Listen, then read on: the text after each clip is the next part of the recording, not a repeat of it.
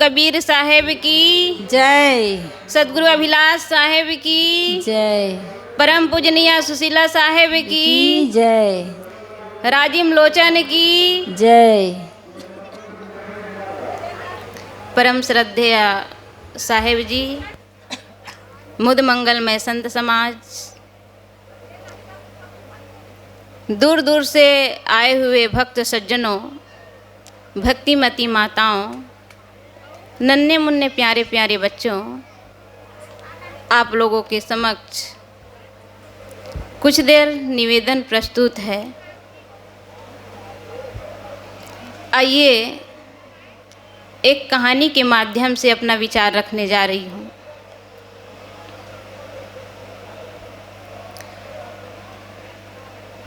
अपने भाग्य का विधाता कौन?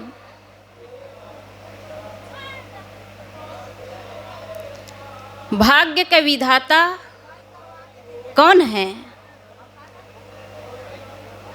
विचार करें।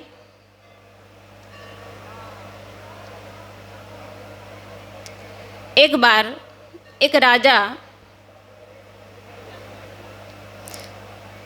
बड़े बड़े दूर दूर से ज्योतिषाचार्य को आमंत्रण किया और राजसभा में सभा लगाई गई।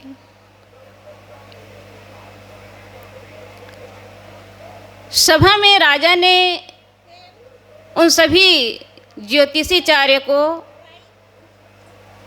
प्रणाम कर एक प्रश्न रखते हैं कि इस संसार में एक ही समय में अनेकों बच्चों का जन्म होता है, लेकिन कोई राजा बनता है, कोई रंक होता है।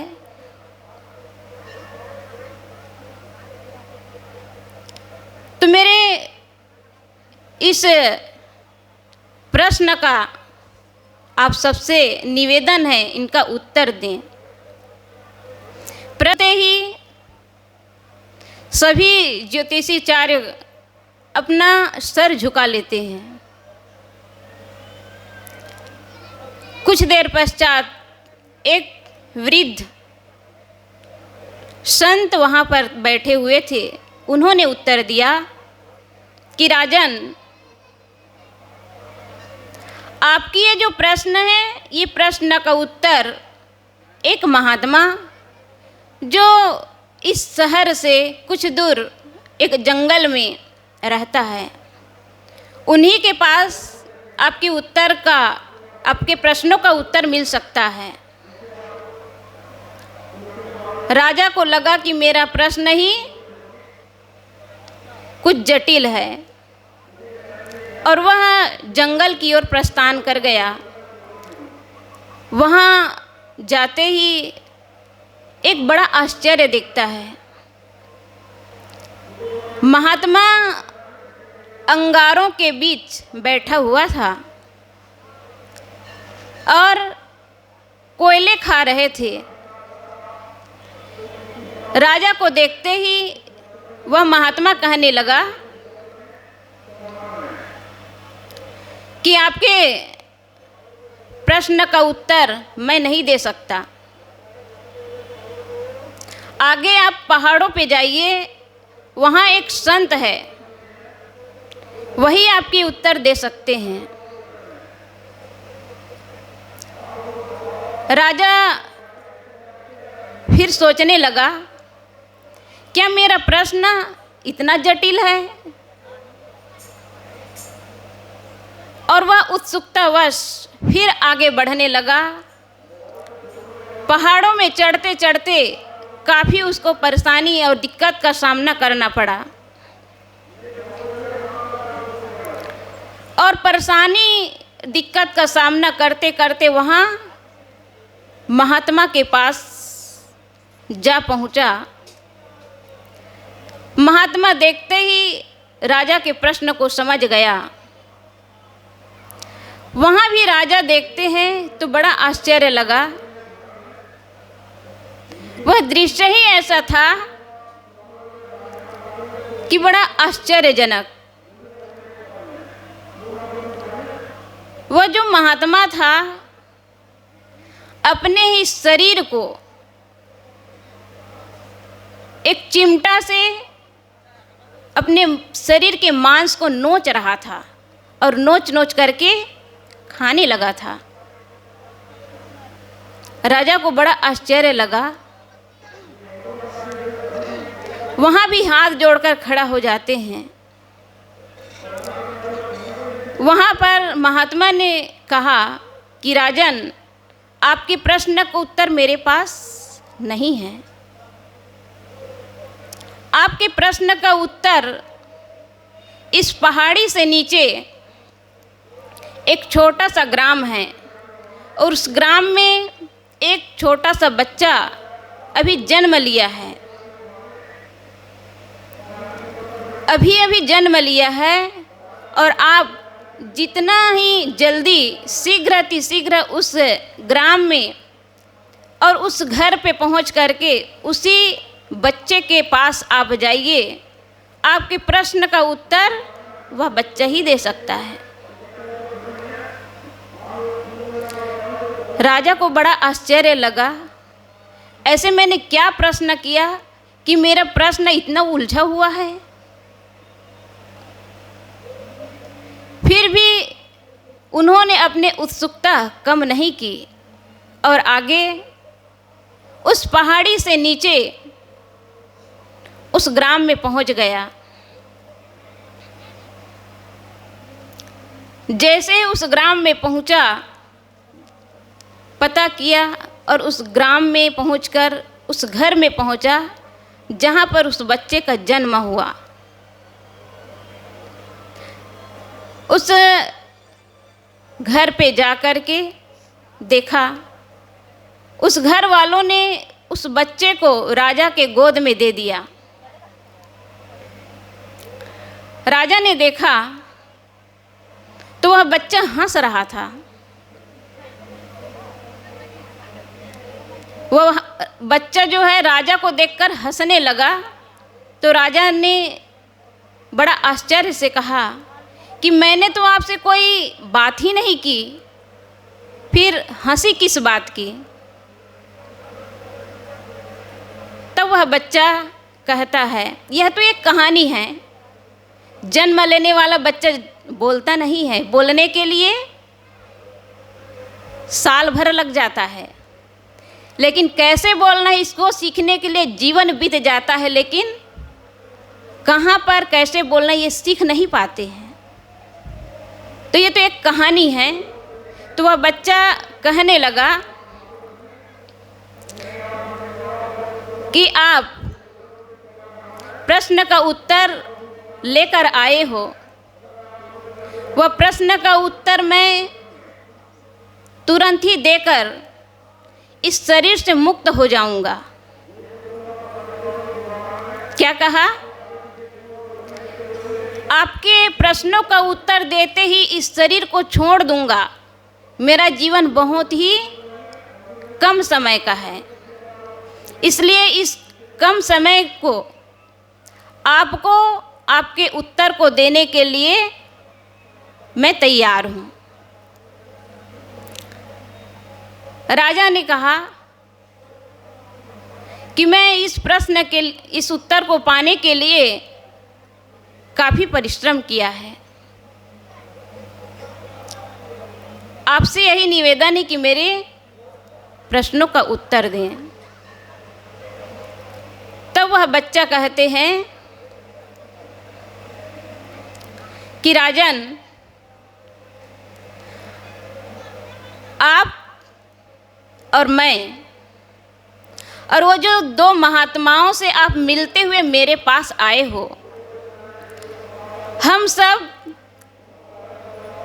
पिछले 7 जन्मों के पूर्व एक ही माँ के बच्चे के पुत्र थे, संतान थे।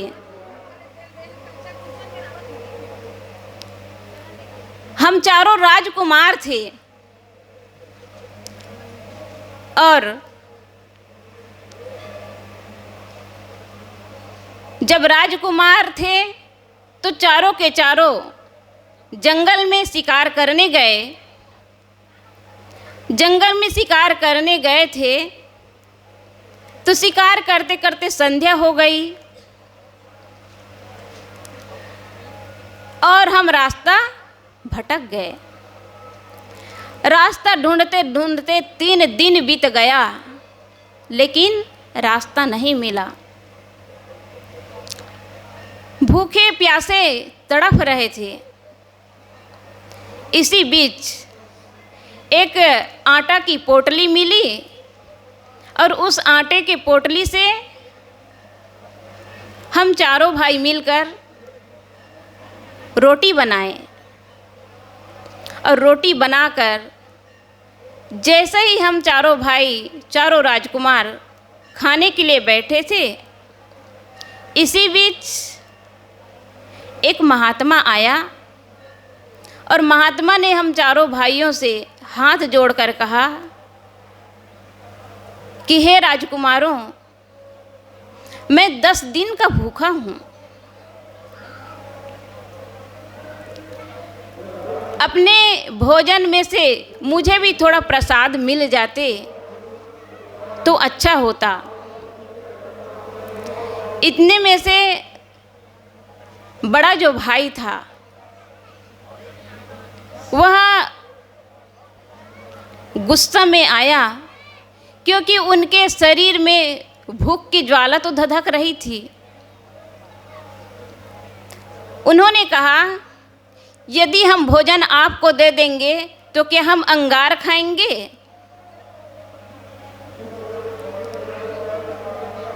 तो उन्होंने क्या कहा, आपको अगर हम भोजन दे देंगे तो क्या हम अंगार खाएंगे? फिर महात्मा ने दूसरे भाई के पास जाकर कहा,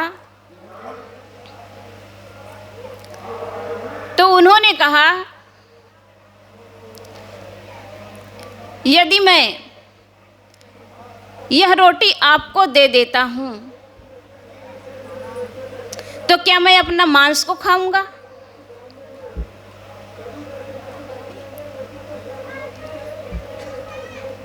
फिर महात्मा दुखी हो गए। ऐसा लग रहा था कि अब शरीर नहीं बच पाएगा। तभी वह मुझसे कहा, वह बच्चा ने कहा कि तभी वह महात्मा मुझसे कहा कि मुझे कुछ खाने को दीजिए। तब मैंने कहा कि भाग जाओ, तुम्हारे लिए भोजन नहीं है।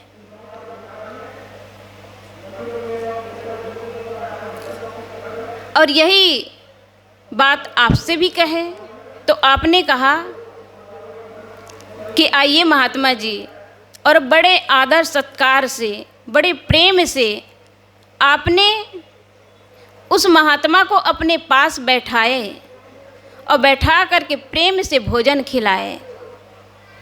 राजन, आप उस भूखे महात्मा को भोजन खिलाए, इसीलिए आज आप राजा हुए और हम सब आज अपने ही कर्मों के कारण हमारा ये हाल हो रहा है। हम भूख के ज्वाला को सह नहीं पाए और हमने भूखे प्यासे को अपने भाग्य के एक अंश भी दे नहीं पाए। इसलिए मेरे भाग्य में मेरे खाने को तो कितनों है, लेकिन वह भी अगर मैं खाता जहर बन जाएगा। खाऊंगा तो भी इस शरीर को छोड़ना पड़ेगा, तो भी इस शरीर को छोड़ना पड़ेगा। और इतना कहते ही वह बच्चा शरीर छोड़ देता है। तो सज्जनों, भाग्य के विधाता कौन है? हम ही, हमारे कर्म ही हमारे भाग्य को बनाता है। हम अपने भाग्य को बनाने वाला अपने कर्मों का विधाता है, अपने भाग्य का विधाता है। हम सब अपने से अलग कई देवी देवता मंदिर में, मस्जिद में, पहाड़ों में अपने से अलग भगवान मानते हैं कि हमारा भाग्य को, हमारे कर्मों को सुधार दे। यदि हमारे कर्म को हम अच्छे बनाते हैं तो हमारा कर्म ही हमारा भाग्य बनाता है। हमारे कर्मों से ही हमारे भाग्य का निर्माण होता है।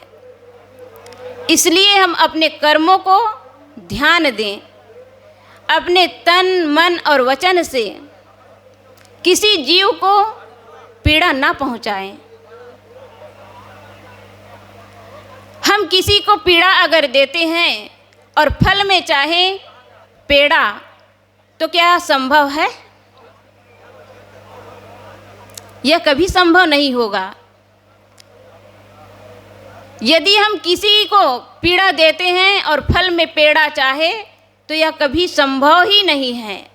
इसलिए हम अपने कर्मों से सबके लिए हित का कामना रखें और अपने घर, परिवार, समाज, देश, राष्ट्र को एक प्रेम से जोड़ लें, क्योंकि ये मानव जीवन में ही यह संभव हो सकता है। मानव जीवन के अलावा अन्य खाने के जो जीव है, कुत्ता के पास अगर आप रोटी डाल दो तो वह प्रेम से बांटकर नहीं खा सकता है, लड़कर खाएगा। और इंसान के पास अगर इंसानियत है तो वह बांटकर खाता है। तो हम अपने कर्मों को अच्छे बनाएं। इसी मानव जीवन में ही अपने कर्मों को हम सुधार करके हम इसी जीवन में अपने कल्याण को प्राप्त कर सकते हैं।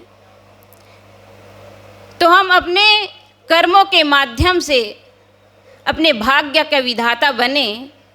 और मैं इन्हीं शब्दों के साथ अपनी वाणी को विराम देती हूँ।